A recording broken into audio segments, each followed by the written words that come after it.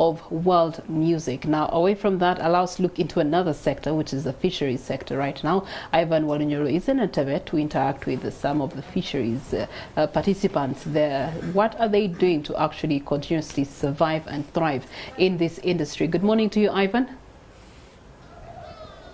Well, thank you very much, Chris and Priscilla. It's been now 6 years since the German government, through the fisheries program, came to support the Ministry of Agriculture, or the government as a whole, to make sure that the fisheries or the fishing activities on Ugandan lakes are better provided, and those that need support be, of course, implemented as required. But of course, we have seen in the past friction between the fishermen, the Fisheries Protection Unit, but also other well-wishers coming on board to see that Uganda's produce, Uganda's lakes produce fish that can meet international standards.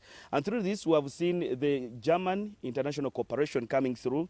And last time we were in Kasenyi when they were supporting the Ministry of Agriculture to register the boats that the fishermen were using. This was to help them, of course, identify the fishermen who were dealing in illegalities away from those that, of course, doing the better way of how this is intended. But as these 6 years go on, of course, there is a lot that has been achieved, a lot has not gone right, and we hope that can be rectified. And we want to tap into the conversation. Joining me this beautiful morning is the program coordinator, program manager for the German International Cooperation, Mr. Adolf Gaster. Is that the best pronunciation for your name? Yes, thank you. But thank you for joining me on MorningAtNTV. You were 6 years in Uganda supporting the Ministry of Education, the Ministry of Agriculture, to better the fishing activities on Uganda's lakes. What can you tell us for the 6 years that you've been in Uganda that you've been able to achieve? Yeah, thank you very much for giving us this opportunity to report a little bit back on our progress and the program as a whole. I would think, together with the government and with other partners whom we work, notably we have to mention the Lake Victoria Fisheries Organization, because on Lake Victoria we work with the fishermen and with the governments in Uganda, Tanzania and Kenya, because it's a shared resource. But especially in Uganda, I think we are talking about today, we have helped the government of Uganda through the Directorate of Fisheries to implement their own programs and work plans which existed before we came. Sometimes they just lacked some capacities in terms of manpower, expertise, or maybe funding to do it. We have managed within the last couple of years to have boats regularly registered every second year, and we have gone forward to license. And because once you're registered, you have to buy a license in order to be able to do your business, you know. You have to license your boat, and you have to... Away from the past when there was a lot of depleting the lake, people were fishing, were getting mature fish, and now with a better regulation. What can you tell us? Can you tell us that now the lakes have what to produce for Uganda in terms of meeting the international market? Have you seen it increase, maybe, the catch?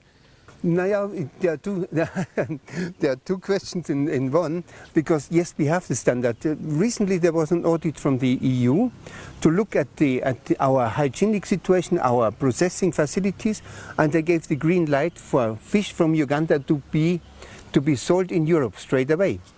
Now the fish stock is still a little bit of a problem, you know, because it had increased, and then we had for a year or 2 years we had a little bit of decline again.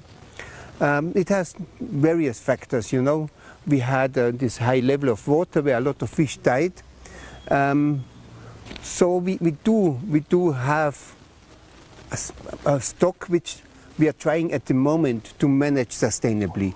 That would mean we help the government and all partners to take out a certain quantity of fish every year, which will be reproduced within that year. And Adolf, maybe before you go further, there has been a rift between the fishermen and the Fisheries Protection Unit. You people who are always on the lake, everyone is accusing the other. The fishermen are saying the FPU is sometimes sidelining with other people to smuggle immature fish, and then the FP is also saying the fishermen have failed to understand that they came to protect the lakes. And you've been kind of working between the two of them. How do you think this can be mitigated to see that all stakeholders, like you said earlier on, can work together? First of all, this is a very tricky question, but thank you very much for it, you know. Now, yes, we work with both, and we try to bring all actors together, you know, because very often these problems came of each party not knowing what the other one should be doing, you know. I mean, we try when we have meetings to educate people on what should be done, on what is illegal, what is legal in terms of fishing. We try to do with the fishermen, but we bring as well the Fisheries Protection Unit in, because they also need to know, you know. They need to understand together with the fishermen, the community, and they have to work together for the betterment of the fisheries sector. Thank you very much for having come to our place. Wow. Thank you. Adolf Guster is the program manager for the GIZ Fisheries section, looking after the sector, support the Ministry of Agriculture, but also the fishermen themselves. And we've seen this, of course, happen in different areas. Last time, there was still a raft when the Congolese, the Fisheries Protection Unit was accusing Congolese fishermen for also invading Uganda lakes with illegalities. So the cross-border engagement between Uganda and the rest of other countries that share these lakes also is partly what he says. There should be an engagement to see how such kind of conflicts can be mitigated. But for time reasons, I want to leave it here and get back to the studio. A very good morning to you and our audience. Ivan K. Wadunyolo for giving us an insight into the fisheries and the support that